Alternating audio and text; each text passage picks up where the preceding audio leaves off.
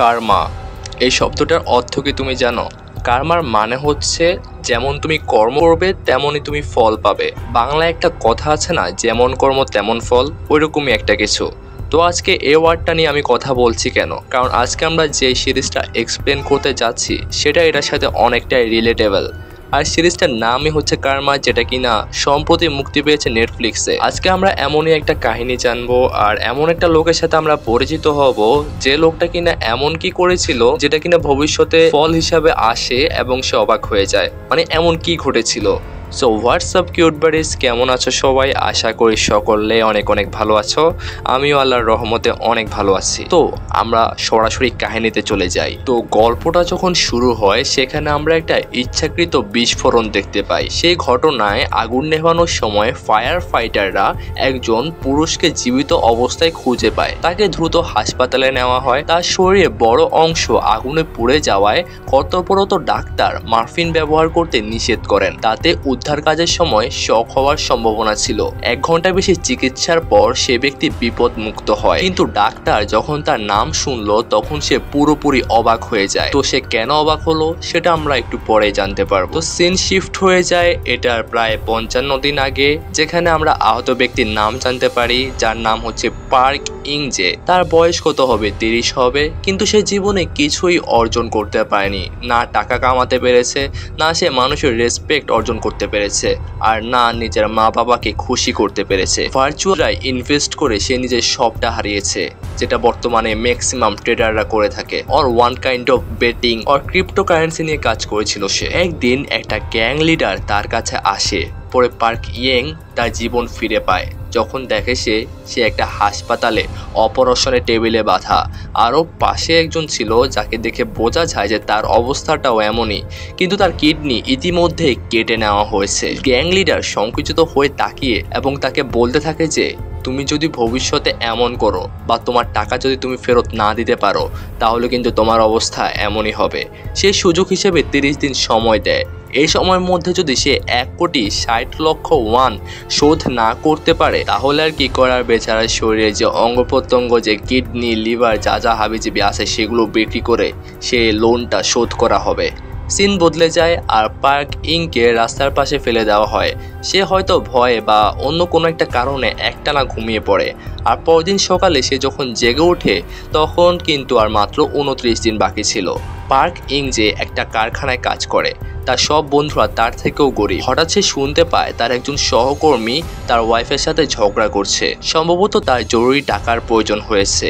আর ঠিক তখনই তার গ্রামের বাড়ি থেকে পার্ক নামে একজন লোক তাকে ফোন করে, যে কিনা ছিল তার বাবা। সে জানায় যে সে একজন তরুণ যে কিনা তাকে গাড়ি দিয়ে ধাক্কা দিয়েছে। চালক এটা গোপনে মীমাংসা করতে চায় এবং তার ক্ষতিপূরণ হিসেবে 5,00,000 চায়। পার্ক ইয়েংজের মাথায় একটা বুদ্ধি চলে আসে তখন, একটা দুষ্ট বুদ্ধি। সে তার বাবাকে 3,00,000 দিয়ে বলে যে সে চালক তার একটা ঘনিষ্ঠ বন্ধুর ভাই, তাই সে এখন আর মামলা করবে না। রাতে সে গ্রামের বাড়ি যায় আর খুঁজে পায় তার বাবার একটা লাইফ ইন্স্যুরেন্স রয়েছে। যদি কোনো একটা সড়ক দুর্ঘটনায় তার বাবার মৃত্যু হয় তাহলে 5,00,00,000 সে ক্ষতিপূরণ হিসাবে পেয়ে যাবে। মানে তার বাবা পাবে, কিন্তু সে টাকাটা যার কাছে আসবে, যেহেতু তার বাবাই জীবিত থাকবে না, সেটা তার সব থেকে কাছের মানুষই পাবে। আর সব থেকে কাছের মানুষকে তার ছেলে। তো এত বড় অঙ্ক দেখে তার মাথায় একটা সাহসী বুদ্ধি আসে। সে জানে যে ঋণ পরিশোধ করতে না পারলে তাকে তো মরতেই হবে। তো এখন আর বসে থেকে কাজ কি? বাবার দুর্ঘটনার জন্য তো আর অপেক্ষা করা যায় না।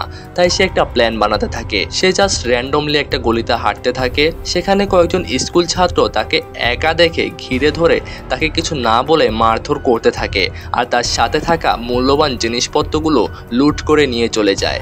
পার্ক ইংজে জ্ঞান হারায়। যখন সে জ্ঞান ফিরে পায় তখন দেখে যে সে হাসপাতালে। আর আরও একদিন কেটে যায় এবং তার হাতে সময় ছিল মাত্র 28 দিন।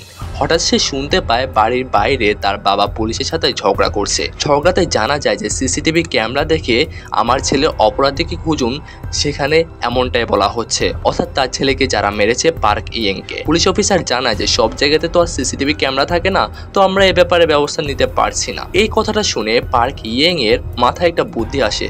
সে একটা জিনিস নোটিস করেছে যে সব জায়গায় সিসিটিভি ক্যামেরা থাকে না।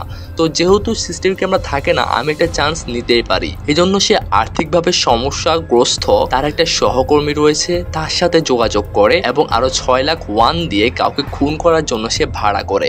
সে জানে যে তার বাবা প্রতি শুক্রবার চার্চে যায়, সেখানে সে প্রার্থনা করার জন্য।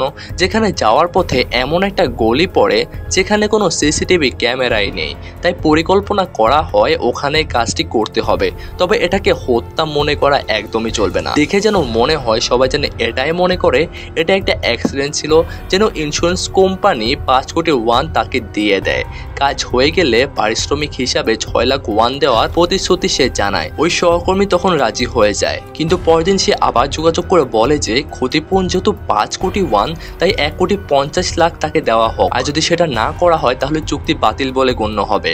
পার্ক ইং যে খুবই আতঙ্কিত ছিল সেই সময়ে, যেহেতু তার একটা সময়ের চাপ রয়েছে, তাই সে দাঁতে চাপ রেখে সেটাতে রাজি হয়ে যায়। পরিকল্পনা মাফিক সে পুরনো একটা বন্ধুকে নিয়ে বারবিকিউ খায়, মেয়েদের অনেক টিপস দেয়, বার্গার দোকানে গিয়ে কর্মীদের সাথে হেসে হেসে কথা বলে, যেন সে সময় সে অন্যত্র ছিল সেটার একটা প্রমাণ তৈরি করা যায়। কিন্তু পরদিন কিছুই ঘটে না। তখন পার্ক ইয়েং যেভাবে পরিকল্পনা করতে ব্যর্থ হয়েছে, ঠিক তখনই থানার গ্রামের ওসি ফোন করে জানায় যে তার বাবা আগের রাতে গাড়ি চাপায় মারা গিয়েছে।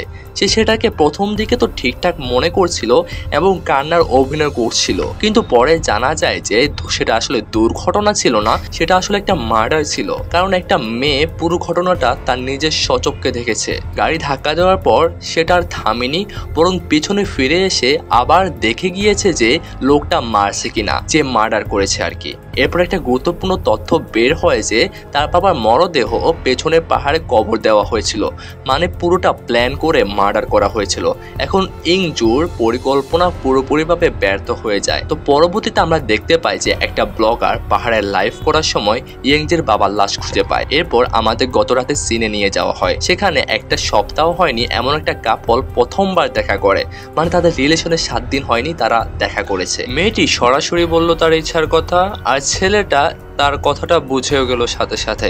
কিছু বলার আগে মেয়ে জানালো যে সে কোথায় যেতে চায়, একটা নিরিবিলি আর রোমান্টিক জায়গায়। তাই তারা একসাথে একটা নির্জন জায়গায় যায়, যেটা কিনা একটা গেস্ট হাউস ছিল। পরবর্তীতে তারা একসাথে সেখানে রাতটা কাটানোর ইচ্ছা পোষণ করে। হঠাৎ রাত গভীর হলে ছেলেটা ফোনে একটা মেয়ের আওয়াজ শুনে, আর সেটা শুনে তার ঘুম ভেঙে যায়। মেয়ে বলল খুব জরুরি একটা কাজ আছে এবং তাকে বাইরে যেতে হবে, কিন্তু গভীর রাতে কোথাও ট্যাক্সি পাওয়া যাচ্ছিল না, আর সে ভদ্রতার খাতিরে নিজেই গাড়ি চালিয়ে বেরিয়ে পড়লো। পথে ছেলেটি ঘন ঘন হাই তুলছিল, মনে হচ্ছিল খুবই ক্লান্ত। তাকে সতেজ করতে গিয়ে হঠাৎ মেয়েটা ওকে চুমু খেতে যায়, আর ছেলেটা ভয় পেয়ে যায় আর বুঝতে পারে যে সে একজনকে ধাক্কা মেরেছে। সঙ্গে সঙ্গে গাড়ি থেকে নেমে দেখে যে লোকটা আর কেউ নয়, পার্ক ইয়েং এর বাবা। ইয়েংজুর বাবা তখনও নিঃশ্বাস নিচ্ছিল না, তাই ছেলেটা ধরে নেয় যে সে তাকে মেরেই ফেলেছে। ছেলেটা আবেগ তখন চরমে পৌঁছে যায়। মেয়েটা পুলিশে ফোন করতে চাইলে সে ওর হাত থেকে ফোনটা ছিনিয়ে নেয় আর বলে যে তুমি কি পাগল হয়ে গিয়েছো, তুমি কি ভুলে গিয়েছো যে তুমি মদ খেয়েছিলে? ড্রিঙ্ক করে ড্রাইভ করা তো একটা অপরাধ, এখন আবার খুন। পুলিশ ফোন দিলে আমাদের দুজনেরই সর্বনাশ হয়ে যাবে। আর তখনই দূর থেকে গাড়ি আলো দেখা যায়। একজন গাড়ি নিয়ে কাছে এসে জিজ্ঞাসা করে আশেপাশে কোনো হোটেল আছে কিনা। তখনই দেখা যায় যে ইয়ংজুর বাবাকে লুকিয়ে রাখা হয়েছে তাদের এই গাড়ির পিছনে। তো গাড়িটা চলে যাওয়ার পর ছেলেটা ভাবে রাস্তায় লাশ ফেলে রাখা ঠিক হবে না, যদিও জানে না এই গাড়িটার লোকগুলো কিন্তু গুরুত্বপূর্ণ।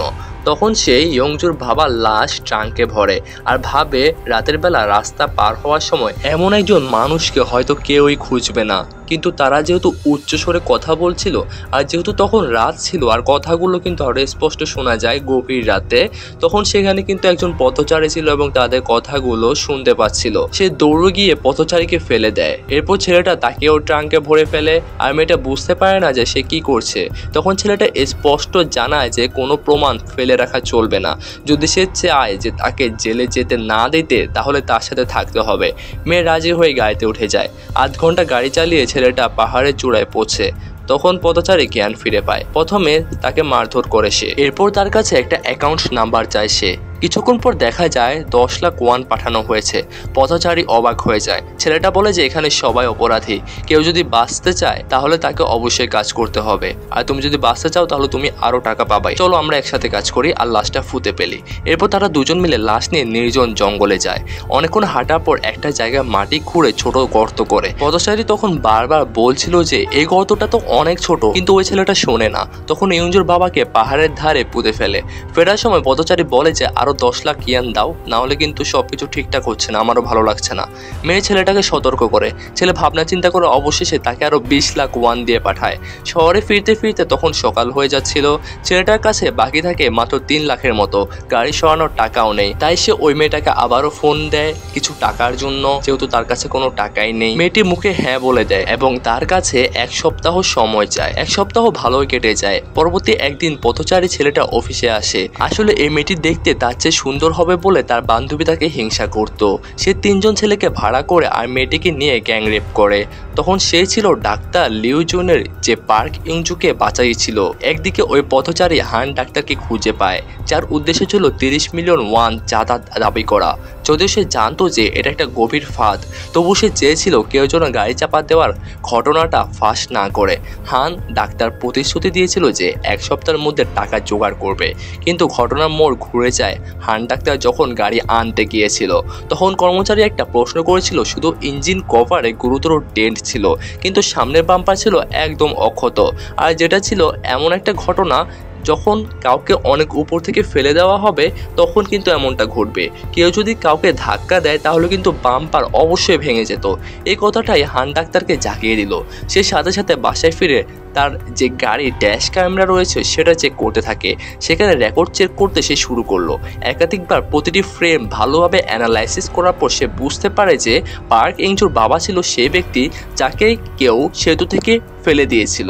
উপরে একটা ব্রিজ ছিল, সেখান থেকে তার গাড়ির উপরে ফেলা হয়েছিল, আর যে কারণে সেটা সোজাসুজি তার গাড়ির উপরে পড়ে, মানে হান ডাক্তারকে ফাঁসানো হয়েছে। আর তার ড্যাশ ক্যামেরা ফুটেজে সেই ব্যক্তিও ধরা পড়ে যায় যে কিনা এই কাণ্ডের সাথে যুক্ত ছিল। সে আর কেউ নয়, ওই পথ যে কিনা হান ডাক্তারকে টাকা দিতে বাধ্য করেছিল। তবে সবই সত্য, কিন্তু এখানে শেষ হয়ে যায় না। হান ডাক্তার পুরো ঘটনা জানতে পারার পর তার গার্লফ্রেন্ডকে দেখা করার জন্য ডাকে আর পুরো প্রমাণ তার সামনে তুলে ধরে। কিন্তু যা কেউ ভাবতে পারেনি তেমনটাই ঘটে। গার্লফ্রেন্ডের আচরণ হঠাৎ করে বদলে যায়। হান ডাক্তার সাথে সাথে বসে যায় যে তার গার্লফ্রেন্ডও ওই পথচারীর সাথেই জড়িত ছিল, মানে তারা পূর্ব পরিচিত ছিল আর তারা দুজনে প্ল্যান করে এত কিছু করেছে। এ পর্যায়ে মেয়েটি আর অভিনয় করেনি অন্যান্য মেয়েদের মতো। নারী কত সুন্দর অভিনয় করে, যাক, বরং সে চেঁচিয়ে বলে যে মেয়ে থেকে টাকা ধার করা তুমি তো একটা কাপুরুষ, প্রতিদিন ডেট করতে আসো, তোমার কি একটু লজ্জা করে না? ধনী আর সুন্দর ছেলেরা 1000 না হলেও 800 তো হবেই, আর তার মতো একটা সুন্দরী মেয়ে এমন একটা অপদার্থের সাথে থাকবে, এটা কিভাবে সম্ভব? এই কথাটা হান ডাক্তারের আত্মসম্মানে চূড়ান্ত আঘাত আনে। সেই মেয়েটি গলা চেপে ধরে এবং জিজ্ঞেস করতে থাকে কেন তাকে এত নিচু চোখে দেখা হচ্ছে। ঠিক তখনই সে পথচারী গাড়ির ভিতর ঢুকে পড়ে, আর সাথে সাথেই যে ঘুমে মেশানো ওষুধ ছিল যেটা খেলে ঘুম চলে আসবে এমন একটা রুমাল দিয়ে হান ডাক্তারকে অজ্ঞান করে ফেলে। পরবর্তী সিনে দেখা যায় যে সে প্রতারণা 2 সদস্য মিলে গাড়ি চালিয়ে একটা নির্জন জায়গায় নিয়ে যায়। তারা হান ডাক্তারকে মাটি চাপা দিতে চেয়েছিল। কে জানে কতক্ষণ পর হান তার জ্ঞান ফিরে পাবে। সে মেয়েটার মুখের দিকে তাকিয়ে আরো অনেক বেশি রেগে যায় আর সোজা ড্রাইভ করে গার্লফ্রেন্ডকে উড়িয়ে দেয়। মৃত গার্লফ্রেন্ডের দিকে তাকিয়ে হান ডাক্তার আবারও শান্ত হয়। তবে সে প্রতারণার মূল হোতাকে তাকে ছেড়ে দেবে। একদম পাশ থেকে এসে কোদালটা তুলে আনে। হান ডাক্তারের পেটের এক পার থেকে অন্য পারে একদম ছিদ্র করতে থাকে এবং আঘাত করতে থাকে। ঠিক সেই সময় এই দুজন রহস্যময় ব্যক্তি এই সিন ক্যামেরায় ক্যাপচার করে ফেলে। মানে তারা যে এই ঘটনাটা করেছে সেটা অন্য একজন তৃতীয় ব্যক্তি, সেখানে 2 জন ছিল, তারা আবার ভিডিও রেকর্ড করেছিল। একইভাবে এই জায়গায় একটা সিন দেখানো হয় যেখানে অনভিজ্ঞ মেয়েটি ভেবেছিল যে সে তার রাজপুত্রকে খুঁজে পেয়েছে, কিন্তু রাতে মুখোশধারী 3 জনের দ্বারা পালাক্রমে ধর্ষিত হয়। আর পুরো ঘটনায় মূল পরিকল্পনা ছিল তার প্রেমিক পার্ক ইয়ঞ্জুন। বহু বছর পর মেয়েটি লিজন একটা ডাক্তার হয়। তখন সে বিস্ফোরণে সারা শরীর দগ্ধ হওয়া একটা রোগীকে বাঁচায় কাকতালীয়ভাবে। এভাবে সে ব্যক্তির নামটাও ছিল পার্ক ইং জু। নামটি শোনার সাথে সাথেই তার অতীতের বেদনাগুলো একদম জেগে উঠেছিল। রাগ, কষ্ট, ঘৃণা আর অন্যান্য অনেক ধরনের অনুভূতি একসাথে মিশে একটা ভিন্ন পরিস্থিতি তৈরি হচ্ছিল। লি দুজন নিজেকে শান্ত করার চেষ্টা করে, কারণ একই নামে তো অনেক লোক থাকতেই পারে, পৃথিবীতে একই নামের হাজার হাজার মানুষ রয়েছে, তাই বলে কি এভাবে মন খারাপ করে থাকা হয়?